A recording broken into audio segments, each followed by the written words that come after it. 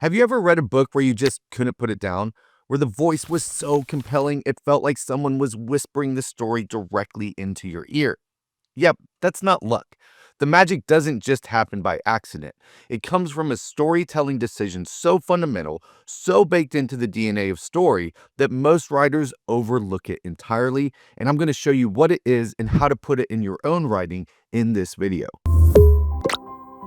I'm Tim Grahl, CEO of StoryGrid, where we teach writers how to write books that actually work. I'm the author of 6 books, including my most recent, The Shithead, which has been praised by New York Times and Wall Street Journal bestselling authors. Everything I teach is built on the expertise of StoryGrid's founder, Sean Coyne, an editor, writer, and story researcher with over 30 years of experience. So if you're here to learn how to tell a story that keeps readers hooked and reading late into the night, you're in the right place. Okay, so what is this magical thing that hooks the reader and keeps them reading and makes it feel like you're talking directly to them? Well, it's called the narrative device. Now, before you zone out thinking, oh, great, another craft term, let me just say this.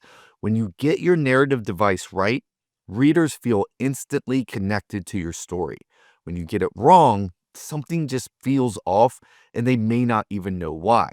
So I want to break this down in a way that's not just helpful, but practical. I'll show you exactly how to use a narrative device for your story that will hook your reader and keep them engaged. Okay, so what is the narrative device and why should you care? Well, at its core, the narrative device is a mental framework for you, the storyteller, because it determines how you're going to tell the story, who you're telling the story to, and fundamentally, why it's being told in the first place. So there's 3 components to this framework. And the first one, it's the most important, and it's where most writers go wrong.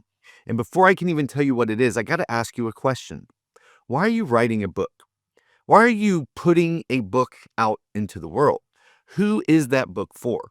Are you writing for yourself, or are you writing for somebody else, for the reader?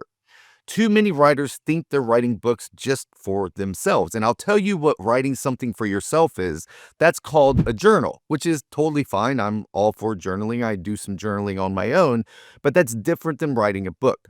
If you're going to write a book, it needs to be in service to somebody else. It needs to be in service to the reader. Why are you taking their time? Why are you asking them to read your book? Why are you asking to spend a few moments of their precious life on your writing? Well, it needs to be because you want to help them see the world in a different way.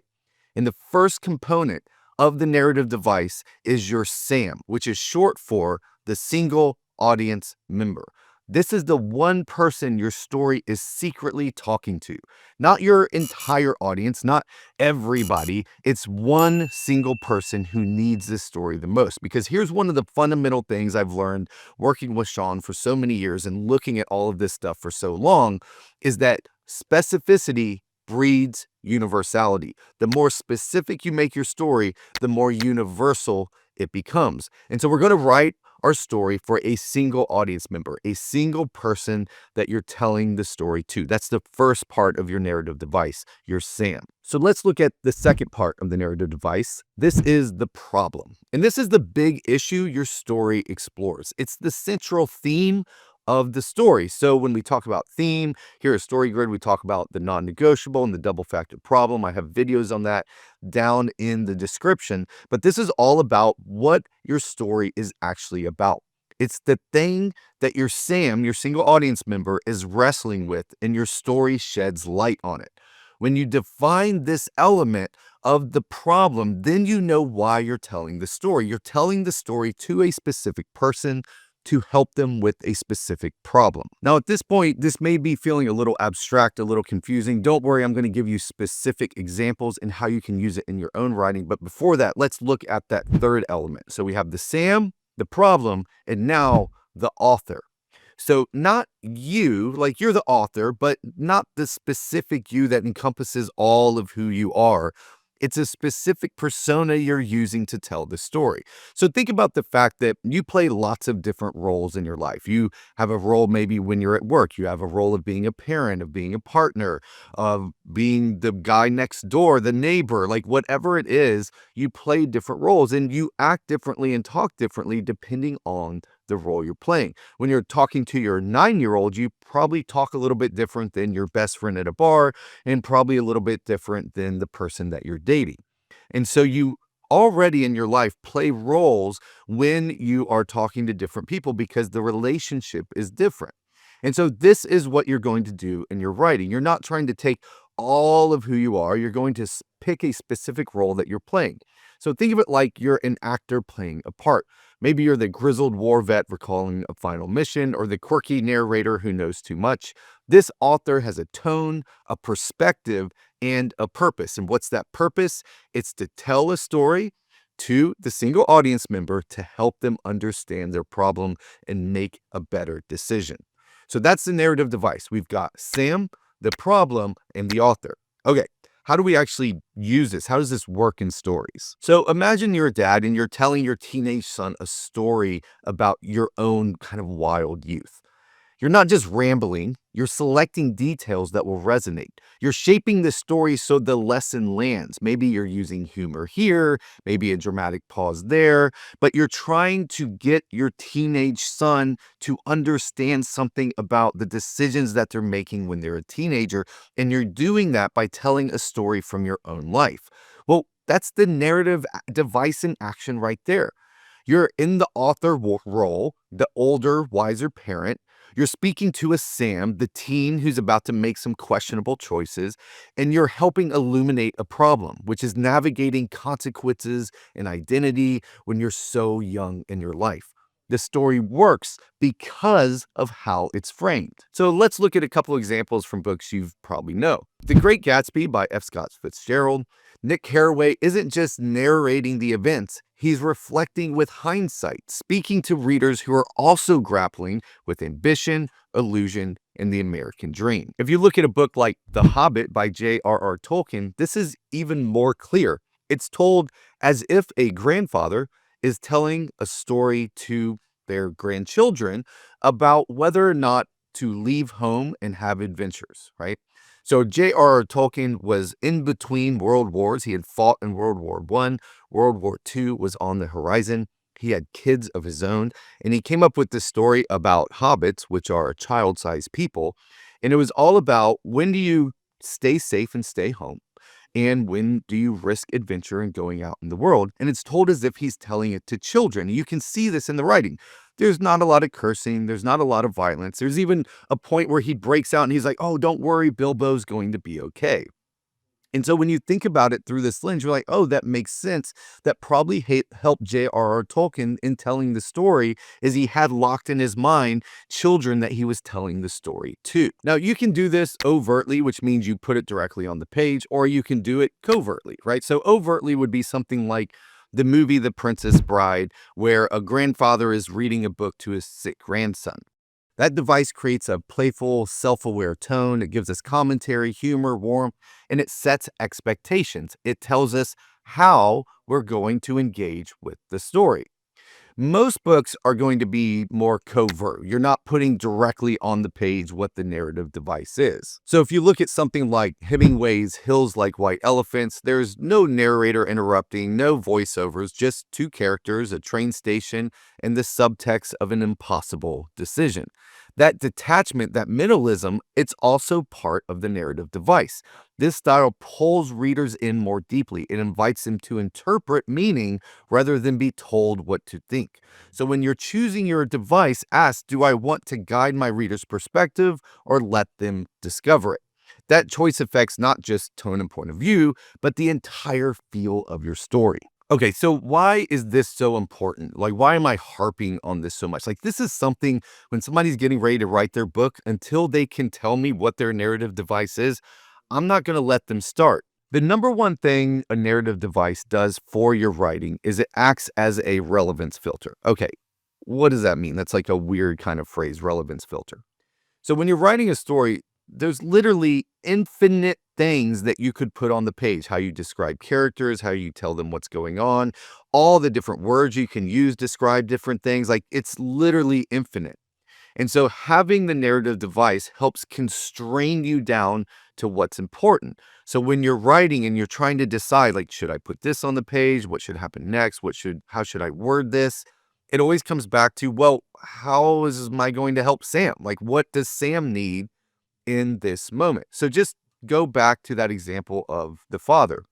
So let's say, again, you're a father and you're telling a story about your wild youth. Well, how would that story change if you were telling your wife that story? Or how would that story change if you were telling your best friend from high school and you guys are out over beers at a bar? Or how would you tell that story if you're telling it to your teenage son? And it's crazy how much of a difference this makes because it immediately lets you know, well, what's relevant to the story because I'm telling this story for a purpose to a singular person. And it lets me know what needs to go in the story.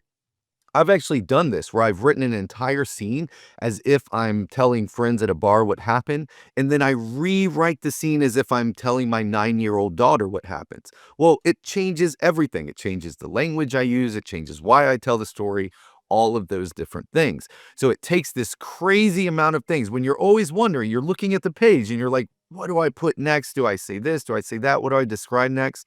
This narrative device helps constrain that down so you know why you're telling the story and who you're telling the story to and who you are acting as when you are telling the story. Okay, so how do you plan out your narrative device? Well, it starts with the problem. Why are you telling the story? What is the lesson you're trying to give to the reader? And this is all about your theme. You're helping them see the world in a new way, understand something new, make a better decision, whatever that is. That's your theme. And then you're going to solidify that down into a particular problem. So the reader that you're writing the book for, what is the problem that they're struggling with that you're trying to help them overcome? So step one is figure out the problem. Step two is figure out the SAM, your single audience member. Who are you telling the story to?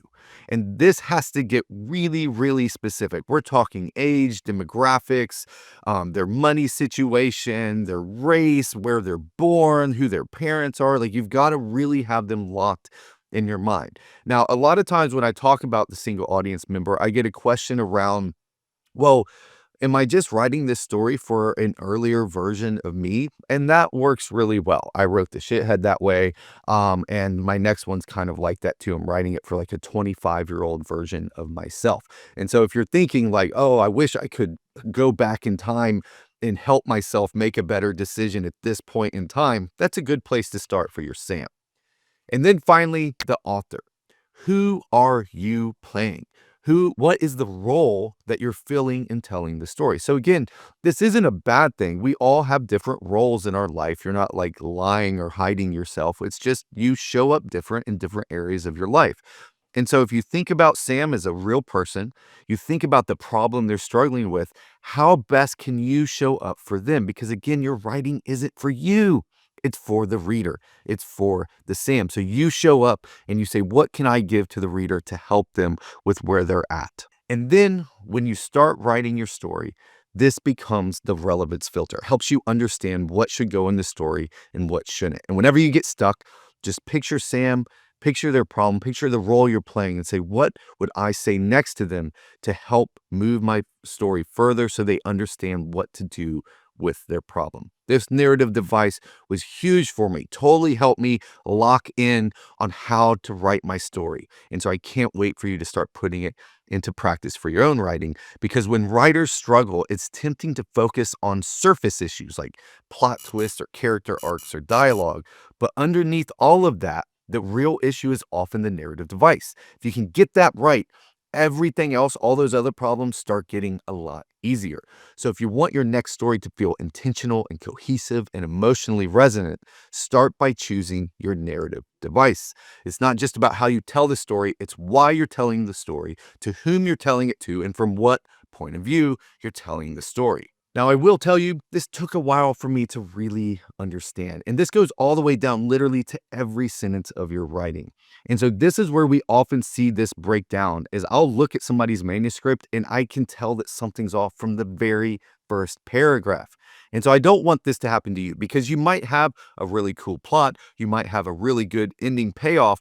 But if your line by line and scene writing isn't strong enough to pull the reader through and keep them turning pages late into the night, they're never going to get there. And that's what I want for you. I want you to be able to write great scenes. And so that's why we run the scene writing workshop here at StoryGrid. This 6-week workshop helps writers make more progress in 6 weeks than 6 years of doing it on their own. And we know that after seeing hundreds and hundreds of writers go through this workshop, and it changed their life. Every week, you turn in your writing and you get specific feedback on what you did right, what you did wrong, and how to improve in the coming week. Along with that, you get to be a part of a community of writers all working together. You get training every week, and you get that one-on-one interaction with your coach. So to find out more, go to storygrid.com/workshop. We got one coming up soon, and I'd love for you to join us for it. Also, I've got a free tool I'd love to share with you. It's our 13-point scene writing checklist. So I'm talking about how to write great scenes. Well, what makes a great scene? Well, you can get this checklist. It's the same checklist we use here at StoryGrid to help our writers level up. If you go to storygrid.com/checklist and sign up, I'll send it to you for free. And along with that, I'll send you a walkthrough on how to use it with your own writing. Again, a completely free tool. Just go to storygrid.com/checklist. Now, in this video, I talked about Sam's problem and how that connects to your theme. But if you're not sure what your theme is for your next book, or how to even figure that out, or even why it's that important, I've got a video popping up on the screen that'll take you through that process and help you understand why you're writing and help you lock that in so that your book actually makes sense and readers love it. So go there now. But either way, thanks for being a writer. Thanks for being a part of our community here at StoryGrid, and I'll see you next time.